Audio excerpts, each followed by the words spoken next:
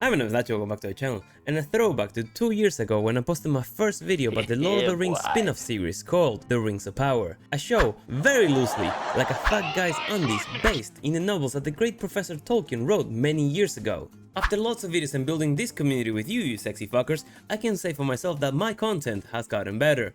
Which is not something I can say about The Rings of Power. Somehow, in the amount of time that took them to make this season happen, after the extensive feedback and backlash they got from taking ridiculous liberties on season 1 with a source material that is, if not the richest and most beloved piece of fictional literature ever created, would come very closely second. After injecting unnecessary real-life thematics such as Californian racism and sexism, creating characters that serve no other purpose than to fill their bullshit intersectional gender and minority quotas, and making Galadriel the Lady of Light, a dude. The showrunners and writers of the show managed to cough up an even worse second season. At least 3 episodes of it. But if this is how you open after being radio silenced for more than 2 years, I doubt that it's gonna get any better. Now there will be time for us to go over the reviews, ratings and all that jazz. These episodes are an hour long and you want to know what happens in them. Let me tell you right off the bat, it's nothing very interesting, but I watched these episodes, so you wouldn't have to. And I think I got the flu whilst doing it. Probably a coincidence. Anyways, episode 1 begins with Sauron at the dawn of the Second Age telling the recently laid off orcs that there's gonna be a change in management now that Morgoth is no longer in the building, with reused dialogue from the first season, which is very much not a good sign. Adar is also there as the made-up character that apparently created the orcs. As I said multiple times, that was Morgoth. And this is how little it took me to realize that this is in fact not at all Lord of the Rings. Which would be obvious to the majority of you, but they didn't even try to get closer. They in fact went further away from the source material, which is how I'm gonna be basing my reviews of this second season. Because doing videos like this part-time is pretty fucking hard and takes lots of time I don't have between work, training and overall life things. So having to fact check every lore error, weird addition, plot inconsistencies or contrivances against the books and letters when the writers and showrunners didn't even bother to do it themselves seems like a lot of extra work for a show that's gonna be gutted anyways. So I'll leave that to more competent channels with a lot more time in their hands, like the little platoon, who's happy to do 2 hours worth of content ripping these shows every scene. Instead, I'm gonna superficially take the absolute living piss out of this dumpster fire. Going back to the episode, Sauron tells the orcs to follow him cause they are despicable creatures and have no other option. Which is true. The orcs follow Sauron solely because that's what they are programmed to do since Morgoth. But you see, these are not Tolkien's orcs, these are Californian orcs, and they have a voice that should be heard. That's where Adar comes in. Sauron announces himself as the new Dark Lord and leaves it to Adar to crown him in front of his so-called children, and in comes in the very pointy crown. And you see, if it was me, and I was surrounded by monstrous goblins, one of which already tried to kill me behind my back, I wouldn't take a knee and divert my sight from the lance-tip looking crown you just handed to the so-called father of the orc you brutally murdered. But after a long pause, Sauron even does a double take to see if Adar is actually lowering the crown to his head. He flips it and stabs him in the back. Wow! Who could have seen that coming? Not the embodiment of evil Sauron that just for being an Ainur is immune to harm from conventional weapons. No, he welcomes those spies inside his body and even looks surprised to be betrayed. And before he can lash out, the rest of the orcs pull an Eye of March on him and collectively stab him to death. It gets worse. But before I get to that, this scene doesn't go without some praises. The orcs now look more like orcs. They definitely improved the makeup and costume design, and the extras playing them definitely understand their mannerism. They are very slivery, which I don't think is an accident and does take me away from it a bit, but certainly an improvement from the very white orcs from season 1, which were a fucking allegory. Come on, white orcs, slaving, black elves, subtle. Anyways. Adar's new actor, and because I've seen the rest of the episodes, does convey a better antagonist and has some richness to his acting, so I didn't hate it, even though he's not meant to exist. Now back to the bad. Sauron now lies dead in a pool of his own blood, and when Adar goes to kick him, he releases his Nen after death and turns the entire of the landscape into the kingdom of Arundel. Now this explosion of sub-zero temperatures is a great way to kill whoever kills you, right? Especially if you are an immortal being that's gonna come back to life shortly after. Well, no. Cause everyone stands up with nothing more than some light snow on them. Adar should be a popsicle being the closest one to that, but he's fine. All the trees miles away from the tower are falling apart under the weight of the stalactites that form on them, but the fuckers that were inches away, and I'm using Imperial just for you Americans, are fine. Adar doesn't even lose that frozen right hand. This is Galadriel surviving a pyroclastic avalanche. This is Isildur surviving a flaming rooftop crumbling directly on top of his trapped self. This is Galadriel, again, surviving a plunge in the middle of the fucking ocean. This is power peacocking. Yes, that is a word, look it up. And serves nothing more than to attract our attention to it. It's very flashy and it looks cool, but now imagine that was fire, because that's also an ability that Sauron have. Then have all the orcs and Adar stand up like nothing happened. Wouldn't that look stupid? So why have him burst into ice and make nothing of it? The point of that waste of CGI money was to have Sauron mask his escape as his blood drips to the caverns below. Sauron can turn into a bat and fly away. He can shapeshift into a serpent and snake his way below. You know what? I'm not even gonna bother with this. Moving on. Introducing Goo Sauron, or who goes about eating whatever creature he comes across to regain his strength and drags his blob body through the snow, flops from a rock. He could have easily gone around and lands in a road where conveniently a woman is driving his carriage, runs him over, allowing him to climb aboard and eat her, regaining his human form and reappearing as Halbrand. Okay. I don't need to explain how silly and how far from the source material this is, but my question is, was it winter in that region? Because before the ice explosion, it looked very green. How wide was that ice burst? And how was this woman still going around her business after the weather of the entire region changed before her eyes? I'm probably thinking about this way too much. And my god, we are only 15 minutes in. Halbrand starts walking back from where he came from when he runs into a very sympathetic man who tells him to keep on living. He just happens to be wearing the locket with the sigil of the former kings of the Southlands that Dumbass Galadriel will wrongfully assume makes Hal the missing king of those lands, without him having to trick her in any way. We cut to the inside of a ship where the nice old man continues to give Sauron positive affirmations when the worm attacks and he begins to sink it. The nice old man gets trapped and Hal, I mean Sauron, steals his pouch and lets him drown. He ends up on the raft that just so happens to run into Galadriel in the middle of the ocean. The tides of fate are flowing. Oh, don't you worry big boys, they're definitely flowing between my legs. And now we have linked with the events of the previous season. How convenient. We got to Galadriel chasing Elrond, who stole the rings fresh off the bakery, in a scene that some say resembles the chase by the Nazgul in the Fellowship. And even though they might have a point, I'll be lenient and say that it doesn't exactly look like a copy of it. But don't you worry, this show isn't short of copied scenes from the Jackson movies. Elrond manages to lose Galadriel, who gets escorted to an audience with Gil-galad, where the former has filled him in on all the events that happen in the region. Quick note here. Galadriel speaks aloud saying how these rings are so important and how they will save elves' lives, as if she was addressing someone else more than just Gil-galad. Herald Elrond carries 3 rings, a means of halting the fading and saving our people. But if we look back a bit, there's no one else with them. Who the fuck is she talking to? Gil questions Gal on who Halbrand truly was, which he should already know if Elrond told him all he knew. But because we need this scene to happen, she continues to dodge the question and says in Elvish, I would never knowingly endanger our kind.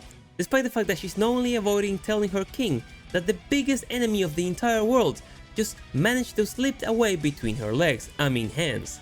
Now who is this man? He's Sauron.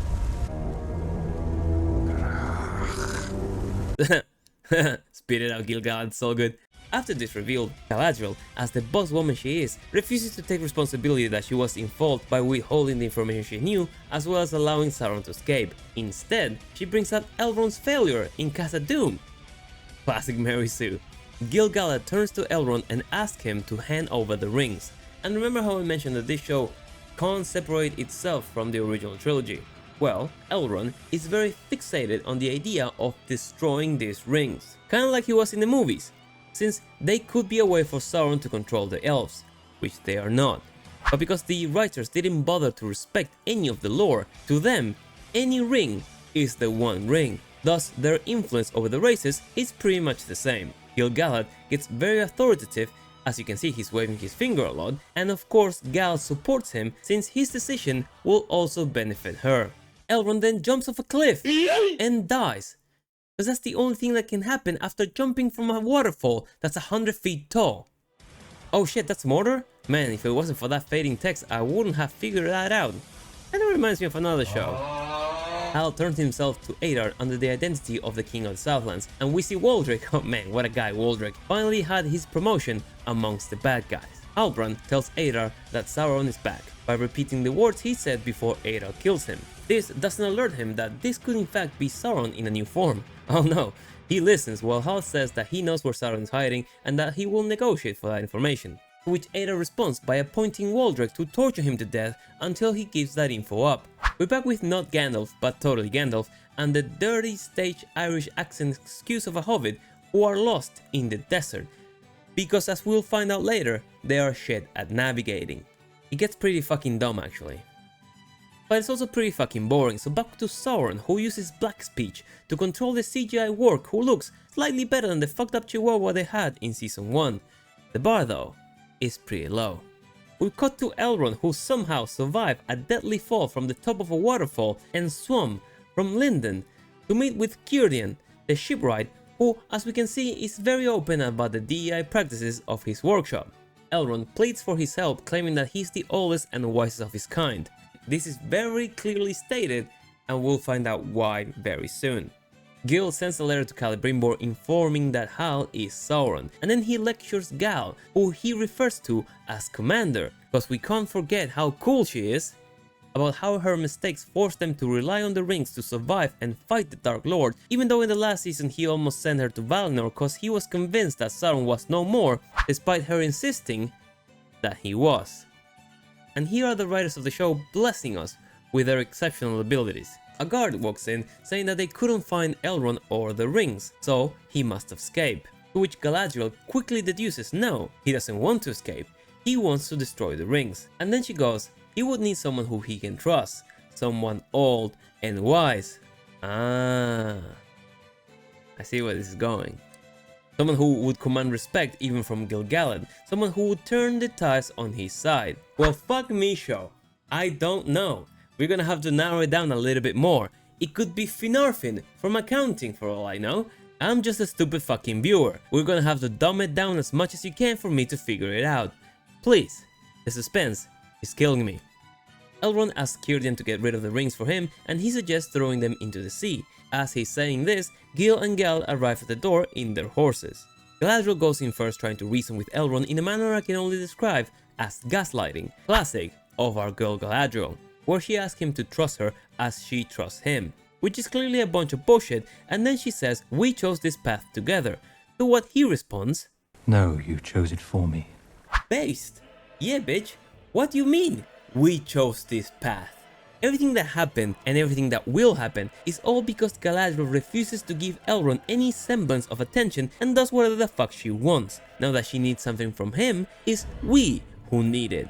Fuck the writers, fuck the showrunners, fuck you selfish cunts trying to insert yourself in the legacy of people far more talented than yourselves. Off to Hollywood Boulevard with you, go back to writing fanfics for your local theater, leave the Lord of the Rings alone. Or was the darkness calling to you? Can you not see? All this may be by his design. I did what I felt was right. There it is. I didn't even have to say anything. This is not Galadriel, this is Guy-ladriel, the selfish bitch. Back to not Gandalf and Discount Hobbit, who were being followed by Fat Hobbit, who just so happens to bring out maps and food to solve the very obvious predicament of them being lost and hungry. That's convenient. I won't linger too much with them, but they were lost because they were walking in circles, right? Well, the irrelevant sidekick tells them that in order to find the trail that they wanted, all they had to do was go forward. That was it. They sing a song and they arrive in Rhûn. Back to Círdan, who's about to throw the rings overboard until something hits his raft and gently opens the back, allowing him to see the rings. Very convenient.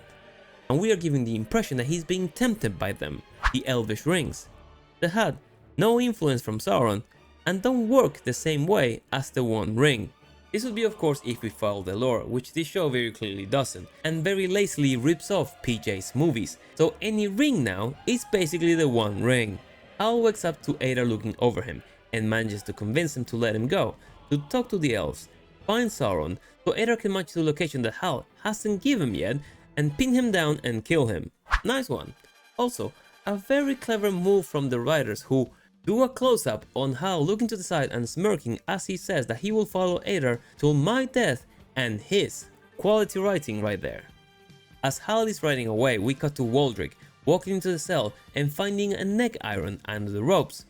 We pan to the Warg, who now free, jumps on him and kills him. We cut back to Hal, who listens to the screams and smiles. Now I'll admit, that was really funny. We're back in Linden where Gil-galad is singing. Ah yes, he's singing. He's singing for the final days of the elves, and we get a glimpse of what those elves will look like if they work in your average office in California. Lots of diversity, lots of color and gender, none of them, nor in wardrobe or looks, give out this slightless feeling of being elvish. The light of the Eldar has faded. As coals too long removed from the hearth, we must return to our home or diminish forever into endless night. You mustn't look no further than the inside of his undergarments to realize how foolish it would be to put your trust in this asshole. You see, any idiot can write with perceived death. This style of dialogue is really annoying. But as Gil says the days of the elves have ended, Cirion walks in and against Elrond's pleas, him, Galadriel and Gil put the rings on. And immediately, like it was a work of magic, the sun comes out and the tree that was dead comes back to life shining like it's fucking Christmas. Elrond steps up to Gal, clearly disappointed, and walks away. What's his fucking problem? Said Gal internally. And we get an aerial shot of all the rings that was held for way too long cause we can see the actor's hands started to shake, and we got to Eregion and Celebrimbor, who's now playtesting his new forge when Halbrand comes to the gate. Now in the season finale and in the beginning of this season, we hear Gal telling Celebrimbor and Elrond never treat with Halbrand again. So to his assistant asking, should we let him in? You already did, you fucking idiot. Celebrimbor should have said no, send him out, he's not welcome here anymore. Instead, we get a suspenseful side look and we fade to black. Yeah, he's definitely letting him in. This show is not subtle. And that was episode 1. It gets worse, but this is going for far too long, so I'm gonna try to rapid fire these episodes as quick as I can before more come out. So stay tuned for episode 2 where we learn how Sauron is basically Jesus now. But if you watch this fun video, leave us a like, check out this video next for more funny content about this shit show. And as always, I've been Nacho, hope you enjoyed the video, and I'll see you in the next one. Take care.